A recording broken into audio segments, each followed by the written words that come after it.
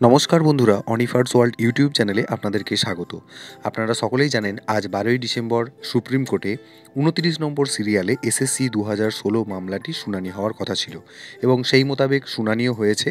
এবং সেই ইতিবৃত্তান্ত আমি অলরেডি আপনাদের সাথে শেয়ার করেছিলাম যে দুপুর 2টোর সময় এই মামলা শুনানি হবে, কিন্তু আজকের শুনানি কিন্তু হয়েছে এবং যথেষ্ট তাৎপর্যপূর্ণ বলেই আমি মন্তব্য করছি।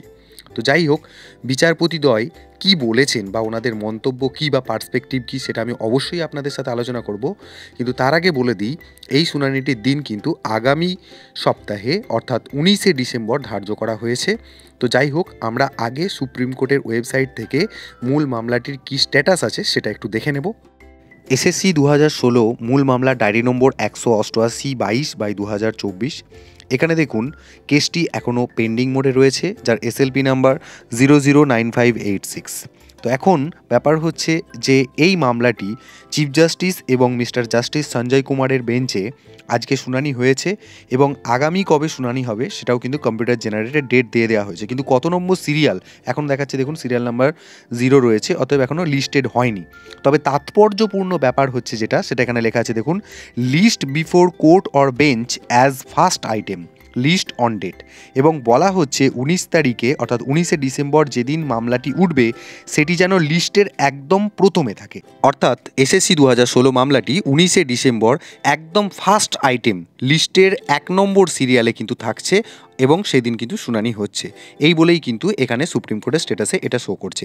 এখন আজকে যতটুকু শুনানি হলো সেটা কিন্তু অত্যন্ত তাৎপর্যপূর্ণ বলে আমি মনে করছি।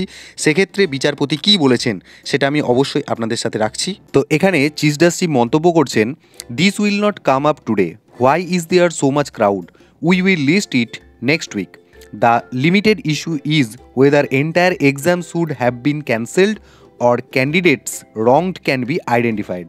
That is it. Arguments only on that. List next Thursday, top of the board.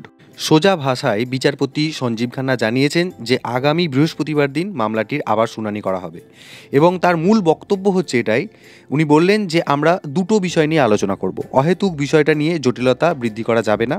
তো কী সেই দুটি বিষয়?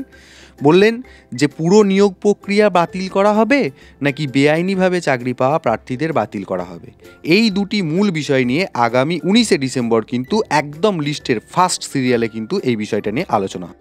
তো এখন এই এসএসসি 2016 নিয়োগ দুর্নীতি মামলা তদন্তে নেমে বেশ কিছু ওএমআর সিট উদ্ধার করেছিল সিবিআই আধিকারিকেরা। তো তার বিশ্বাসযোগ্যতা নিয়ে প্রশ্ন তুলেছিলেন চাকরিচ্যুতদের আইনজীবী। তার সওয়াল, ওই সমস্ত ওএমআর সিটের বৈদ্যুতিন তথ্যের 65 এভিডেন্স আইন অনুযায়ী যাচার করার কোনো শংসাপত্র নেই। প্রধান বিচারপতি জানিয়েছেন যে এই বিষয়টি গ্রহণ করার কোনো প্রয়োজনীয়তাই নেই, হাইকোর্টে বিষয়টা অলরেডি বলা হয়েছিল, হাইকোর্ট বিবেচনা করেই রায় দিয়েছেন। তার মন্তব্য, অহেতুক একাধিক বিষয় ঢুকিয়ে কোনো ধরনের কোনো জটিলতা বৃদ্ধি করা যাবে না, এই ম্যাটারটা অত্যন্ত লিমিটেড ইস্যু বলে কিন্তু তিনি মন্তব্য করেছেন। অতএব পরিশেষে এটা বলা যায় যে 26,000 শিক্ষক শিক্ষিকার কিন্তু ভাগ্য এক প্রকার সুতোই ঝুলছে, এরকমটা কিন্তু মন্তব্য করাই যায়। তো যাই হোক, পরবর্তীতে কি আপডেট আসে অর্থাৎ 19শে ডিসেম্বর মামলার শুনানির মোটিভ কোন দিকে যায় বা কি আপডেট হয় সেটা আমি অবশ্যই আপনাদের সাথে শেয়ার করব। এবং এই এসএসসি 2016 মামলা বিষয়ক যদি আপনারা পরবর্তীতে কোনো আপডেট পেতে চান অবশ্যই চ্যানেলটিকে সাবস্ক্রাইব করুন এবং সাথে সাথে এই ভিডিওটি সবার সাথে শেয়ার করতেও ভুলবেন না।